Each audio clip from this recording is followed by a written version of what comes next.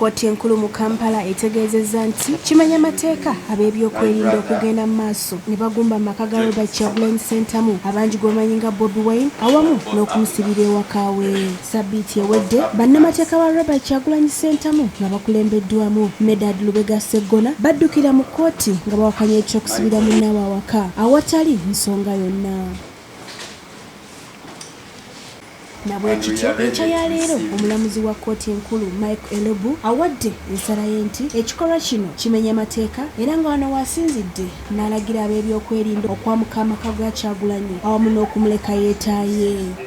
Newankubadde ng'amadde gategeeza nga kino bwe kikolebwa okugira okwekalakaasa okwali kusuubirwa, omulamuzi ategeezezza nga bw'atali bujulizi bulumika Bobi Wine mu kino era singa bubaawo atwalibwe mu kkooti avunaanibwe okusinga okumusibira mu maka ge. Bwe bannamateeka ba Robert Kyagulanyi Ssentamu babadde basanyufu olw'obuwanguzi bwe batuuseeko. Ate ye omwogezi w'ekibiina kya NU Joel Sonyonyi ayambalidde poliisi gy'agambye nti ebadde eyitiriza okubuzaabuza bannayuganda.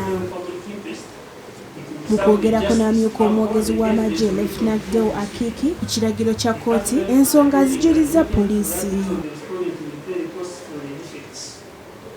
Respondents also have a plenary to provide for the prerogative right of habeas corpus.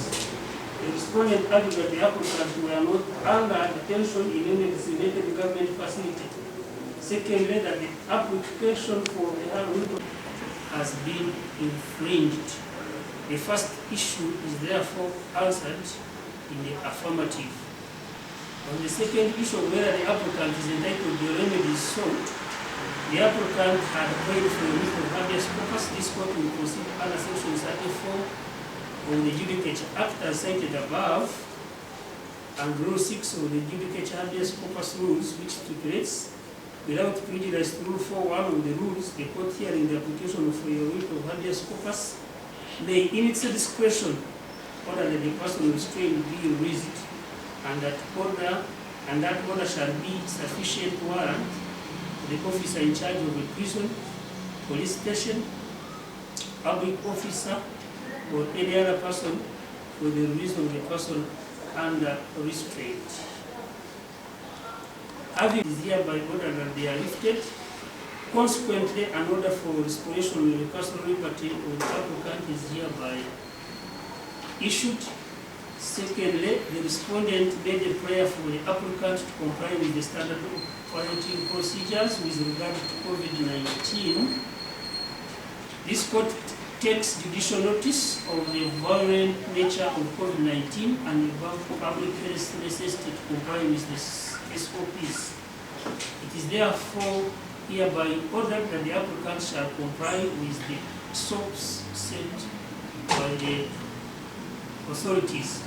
The applicant is accordingly granted costs of this application, and that is the ruling by Justice Elubu Michael of this court.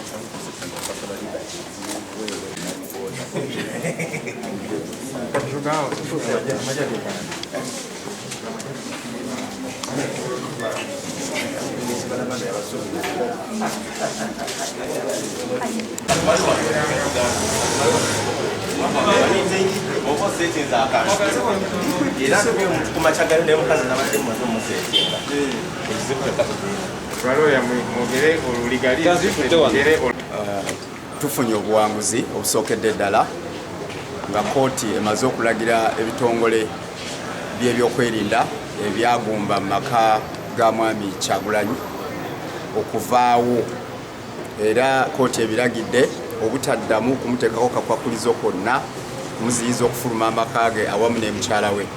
Mu kusooka twali twawaaba omusango guno ng'era twategeeza kkooti nti ne mukyala Kyagulanyi ebitongole bino byali byamuteekako obukwakulizo obutafuluma maka gaabwe, naye gavumenti we yali yeewozaako yategeeza kkooti nti bo omukyala Kyagulanyi tebamugaanangako kufuluma. N'olwekyo omukyala Kyagulanyi oli wa ddembe okufuluma n'ogenda n'ogula obutungulu n'ennyaanya n'ofumbira mwami Kyagulanyi ekyenkya. Ate naawe mwami Kyagulanyi kkooti emaze okukuta kati olya butaala, era kkooti esinzidde ku nsonga ze twagiwa nga tugiraga nti ebitongole byali byekwasa obusongasonga omutali, ate era nabo bwe bajja okwewozaako ne bategeeza kkooti nti mwami Kyagulanyi yali ateekateeka okwetaba mu bikolwa ebitaataganya eddembe. Kkooti era neeragira nti gavumenti weba erina obujulizi obulaga nti ddala Kyagulanyi yali ateekateeka okwenyigira mu bikolwa ebitaataganya emirembe, yaddembe okumutwala mu mbuga z'amateeka n'awozesebwa mu kifo ky'okumusibira mu maka ge, kubanga okumusibira mu maka ge kiba kityoboola eddembe lye ery'obwebange. N'olwekyo oda ya kkooti tumanyi nti era tusuubira nti ebitongole bino bijja kugiteekamu ekitiibwa, kubanga nabyo gye bibadde birindiridde ebbanga lyonna. Era okuva n'olwaleero mwami Kyagulanyi kati olya butaala, oli wa ddembe okufuluma amakaago awamu ne mukyalawo n'ab'omu maka gammwe mwenna. Ebitongole bino bwe biba nga ddala biwulira nti bikyalina enjala ey'okutulugunya, biyite mu nkola y'amateeka egobererwa, bikutwale mu kkooti ovunaanibwe mu mateeka, so si kuggalira mu makaago, kubanga amakaago si prison, era amakaago si kyekifo ekimu ekyogerwako mu mateeka ewalina okusibibwa abantu. N'olwamangu ddala nga kkooti yakakiwa. N'ekirala twagala okuwandika kkooti eggumiza eddembe eriteekebwa ku muntu lye bayita personal liberty eryateekebwa mu ssemateeka, nti eddembe eriteekebwa ku muntu okwetaaya mu ssemateeka waffe kkulu nnyo, terisaanye kutyoboolwa olw'ebintu eby'ekisaagosaago oba ebintu ebitalina bbanga ggere. N'olwekyo twaniriza ensala eno, kubanga kkooti eggumiza eddembe eryo eriteekebwa mu ssemateeka nti omuntu bw'aba aweereddwa eddembe lye tulina kulijjawo nga bwe bagamba nti alina emisango gye bagamba nga ekiwandiiko kya ofiisi Okyombo kyagamba nti emisango egy'amaanyi nnyo okukumira omuntu ewuwe nga tomututena mu kkooti nga tulina obujulizi bwe butyo obw'amaanyi. N'olwekyo twagala okulowooza nti no gavumenti ejja tutegereza kino, era abakuumaddembe bave bunnambiro mu maka ga Honorable Kyagulanyi ali butaala. Kati tugenze tubakube jeki baveyo. Anyway, look, for a very long time, police has been saying that Honorable Kyagulanyi is not under detention.